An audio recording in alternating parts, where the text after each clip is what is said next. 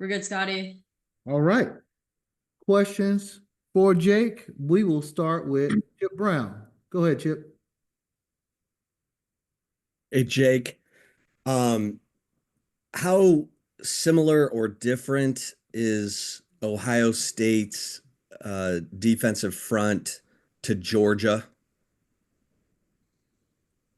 Um, Good question. I would just say that they're very big up front. They kind of replicate a SEC front.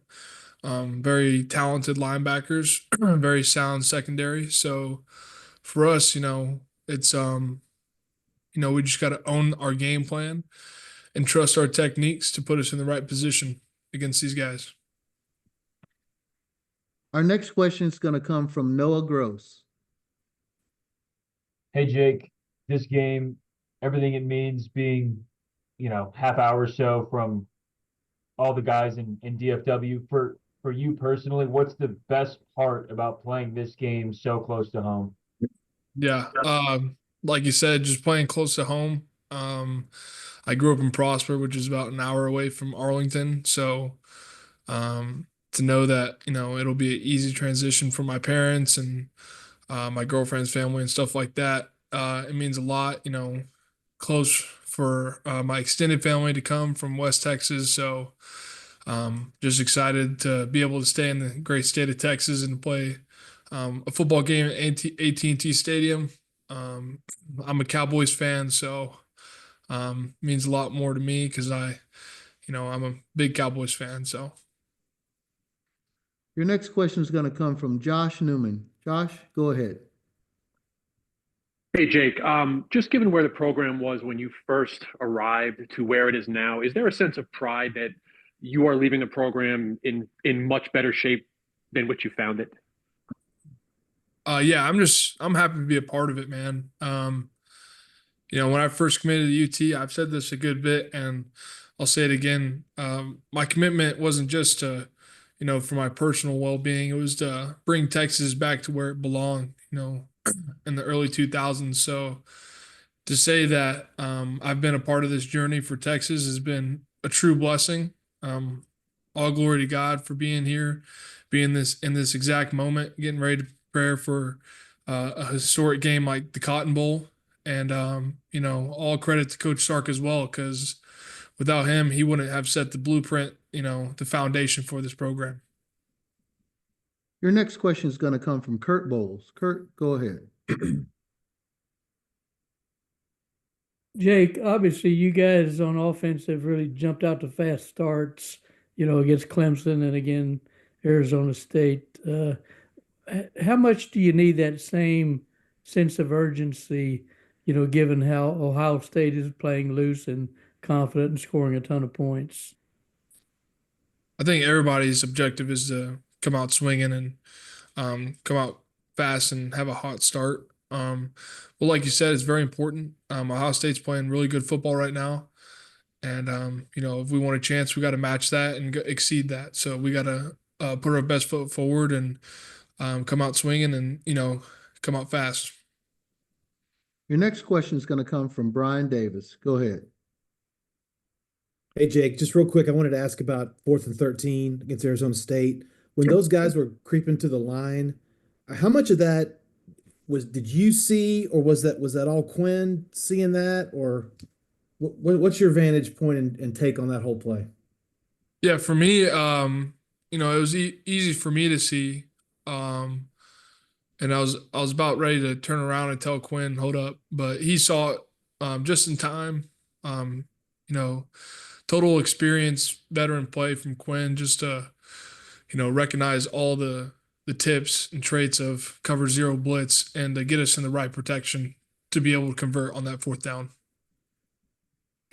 Your next question is going to come from Terry Middleton. Terry, go ahead. Jake, so from your football mind, and when you look at the Ohio State defense, is there anything that they do that you guys have to adjust for in this week of practice, or is it a standard? They're coming at you with the bulls. Are they going to throw anything at you that scheme at you that you haven't seen before? Yeah, that's a good question. I'd say that they have a very unique style of defense. And like everybody we've played this year, they're really good at what they do. And so for us, it's just recognizing tendencies, what blitzes match with what coverage, and then just to know, what are we going to do to match that. But like you said, their defense is who they are, and so we just gotta prepare the right way to match it. We're gonna get a couple, three more in for you here. First from Jeff Jones. Go ahead, Jeff. Hey, Jake, I'm just wondering what gives you confidence that the run game is going to look more like what we saw against Clemson than what we've seen in some other recent games against Georgia and Arizona State? Yeah, I would just say that we as an offense, the running back room, the tight end room, the O-line room, we know what we're capable of, and what we put on film is not our best, and so we kind of have a chip on our shoulder with that, and we understand that there are high expectations and we got to meet those expectations. We were frustrated, but at the end of the day, we were able to win. But what we did wasn't good enough to our standard. So everybody kind of, that next day we were kind of walking around with a chip on our shoulder, ready to get back to work and get this run game going. Your next question is going to come from Jeff Howe. Go ahead, Jeff.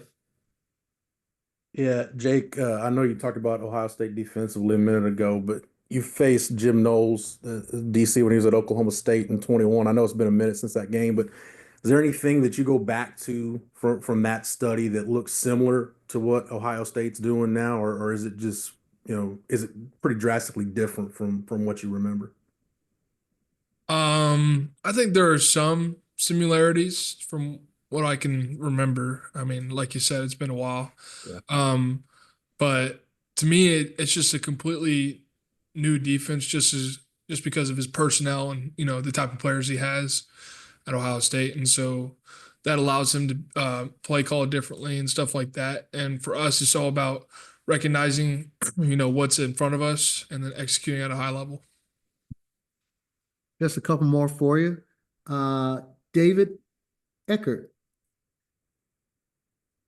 Hey Jake, appreciate the time. Coach Sark has kind of let us in on it the last couple of weeks. With the 4th and 13, and I guess audibling to a couple of runs for Jaden Blue that ended in touchdowns on Quinn's part against Clemson. I guess I'm just curious. What I'm asking is, how much does Quinn do that we can't see? Because we know about it when we're let in on it, but I'm just interested in your perspective on that.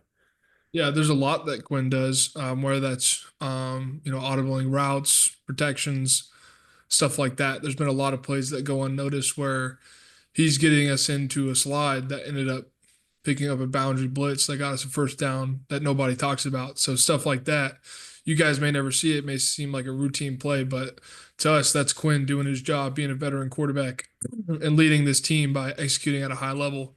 So, like you said, those runs against Clemson and protections against Arizona State, those are just some things of Quinn that, really stick out when it comes to recognizing the defense and putting this offense into the best scenario. Next question is going to come from Thomas Jones.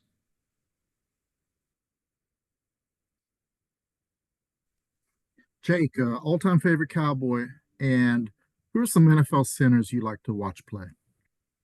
I love this question. This is awesome. Okay. All-time favorite Cowboys. So I grew up in the Tony Romo era. So that's kind of my all-time favorite. Tony Romo, Travis Frederick, one of my favorite centers of all time. Also Dak Prescott from his rookie year. He got hurt, which sucks, but those are kind of my top Cowboys. Dez Bryant, honorable mention, just because he was one of the best receivers during that time I was watching him. And centers, playing right now that I really like watching, probably Cam Jurgens for the Eagles. I just love the way he pulls. I love his mentality and everything that he does. Who else?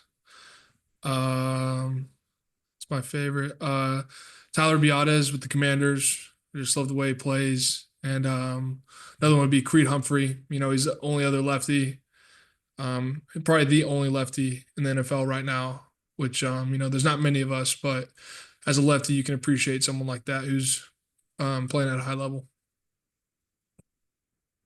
Hey, Jake, thanks for joining us today. Yep. Thank you.